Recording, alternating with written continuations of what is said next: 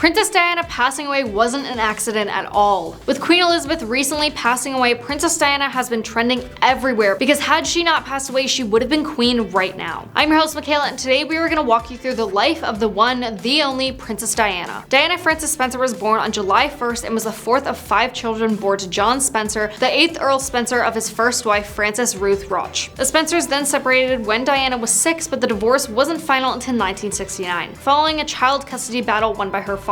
In later years, her younger brother Charles blames the split on the loss of their first son John, who passed away within hours of his birth in 1960. When she was 9, she was enrolled at Riddlesworth Hall, which is an all-girls boarding school in Norfolk. Diana then later joined her older sister Jane and Sarah at Westheath Girls' School in Kent, where she showed talent in music and sports but not academics. Later, she failed her O-level exams twice, then left without the equivalent of a high school diploma. When she was 13 years old, she was given the title of Lady after her grandfather passed away and her father inherited the title Earl of Spencer and the Althorp estate. In 1977, Diana met future husband Prince Charles, who at the time was dating her older sister Sarah. Later in 1980, he took her sailing on the royal yacht and invited her to Balmoral, his family's Scottish retreat, to meet his family. In January of 1981, tabloids reported a premarital liaison between Charles and Diana. Prince Philip wrote a letter to his son urging him to either propose or end the relationship, and Charles interpreted it as an order to propose. Later on February 24th, 1981, Charles and Diana went public with their engagement, and Diana showed her famous sapphire and diamond ring. On the night she moves out of her London apartment, her protective officer warns her,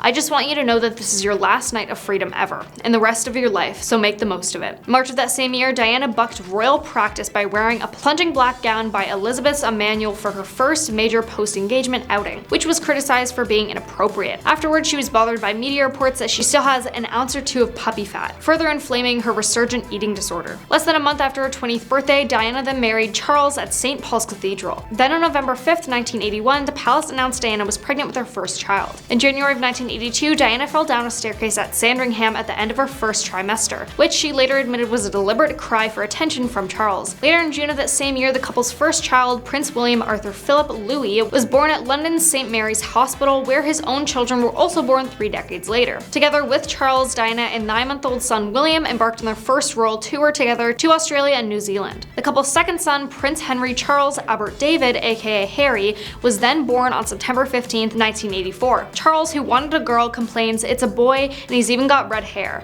Diana later told biographer Andrew Morton, "Something inside me closed off, killing whatever love she had left for him and cementing her belief. Charles had gone back to his lady, Camilla Parker Bowles." Back in April 1987, at the peak of homophobia and fear of AIDS, Diana shook hands with a man suffering from the disease without gloves at London's Middlesex Hospital. Her gesture was later described by journalist Judy Wade as the most important thing a royal's done in 200 years, because it helped to dispel the misconception that the then fatal illness could be transmitted by casual contact. During a 40th birthday party for Camilla Parker Bowles' sister in 1989, Diana dismissed her husband and confronted her rival about her ongoing affair with Charles. "I would just like you to know that I know exactly what is going on," Diana told Camilla, warning her to not treat the princess like an idiot. In tapes that would later compromise Andrew Morton's biography, Diana her true story in her own words. The princess counts it as one of her bravest moments. Then in March of 1992, Diana's father John Spencer passed of a heart attack in London. Diana opposed Charles's offers to accompany her back from their Austrian ski vacation, believing him to be using her grief for a public relations coup. However, the palace overruled her. Then the month after Britain's Sun newspaper had revealed the Squidgygate tapes, alleged to be from a years-old phone conversation with alleged lover James Gilby, who referred to Diana by Squidgy, a pet name he uttered dozens of times throughout the recording. Prime Minister John Major had later informed Parliament in 1992 of the official separation of the Prince and the Princess of Wales. Diana then announced in 1993 her plan to retire from public life. BBC's News magazine then aired an interview with Diana at Kensington Palace on November 5th, 1995, which had been planned and carried out in secrecy. During the conversation, she discusses her past struggles with depression, bulimia, and self-inflicted injuries, and admits to her own infidelities. But her most famous quote was in regards to the love triangle with her ex-husband and his longtime love Camilla Bowles. "Well, there were 3 of us in the marriage, so it was a bit crowded." Later in August of 1996, the terms of the royal divorce were finalized. Diana was awarded a lump sum settlement of $22.5 million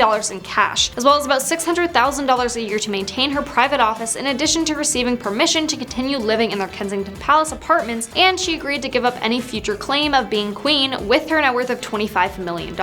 However, she was stripped of the title Her Royal Highness and was henceforth referred to as Diana, Princess of Wales, seen as a petty move on part of the palace. Now comes the sad part. On August 30th, 1997, when Diana and her new lover Dottie departed Paris's Ritz-Carlton Hotel after dinner to spend the night at his apartment. Their said-to-be intoxicated driver, Henry Paul, later found to be 3 times over the legal limit, raced through the Pont de la Ama tunnel in an attempt to outrun the paparazzi. Shortly after midnight, he crashed their Mercedes into a cement pylon, ending his and Dottie's life instantly. Diana and her bodyguard Trevor were then taken to the hospital. The next day at the hospital, Diana unfortunately succumbed to her injuries and was pronounced deceased at 4 a.m. at age 36. Then on September 6th, millions around the world watched Diana's funeral procession and service at Westminster Abbey. Queen Elizabeth II even bowed at her funeral, which no one else did, and she was the queen, so you know that was something very special because she doesn't bow for just anybody. Later that day, her remains were transported home to her family's estate at Althorpe, where she was buried. The castle was covered in bouquets of flowers, even more than what was placed at the castle after the queen passed away, which happened just recently. These were the flowers left for the queen, and this photo you're looking at right now are bouquets of flowers left for Princess Diana. And with the queen passing away, if Princess Diana was still alive to this day, she would have been the queen consort. But that's what the official reports say. Now, what about the theories? I could talk legit all day about the Princess Diana theories, but we don't really have time for that today, unfortunately. There are many slightly varying theories based on the central premises, such as that rogue MI6 agents carried out the termination without their handler's knowledge. They say she was fed up with incessant press attention and intrusions into her private life, so Diana faked her passing. Paul, one of Diana's former butlers, says that the princess predicted her own passing in a car crash.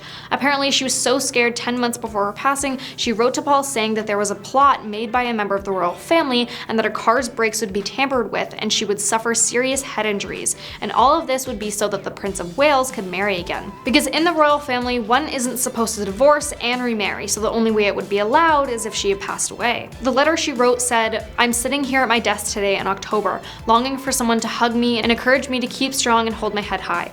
This particular phase of my life is the most dangerous. My husband is planning an accident in my car, brake failure and serious head injuries in order to make the path clear for him to marry Tiggy. Camilla is nothing but a decoy." Harry, Diana's son, had even done an interview a while back saying that he didn't want his wife Meghan to end up like his mother, so that's why they left the royal family. He said they won't stop until she dies, referring to the royal family won't stop until Meghan passes away. But we want to know what you guys think. Let us know in the comments below and we will see you next time.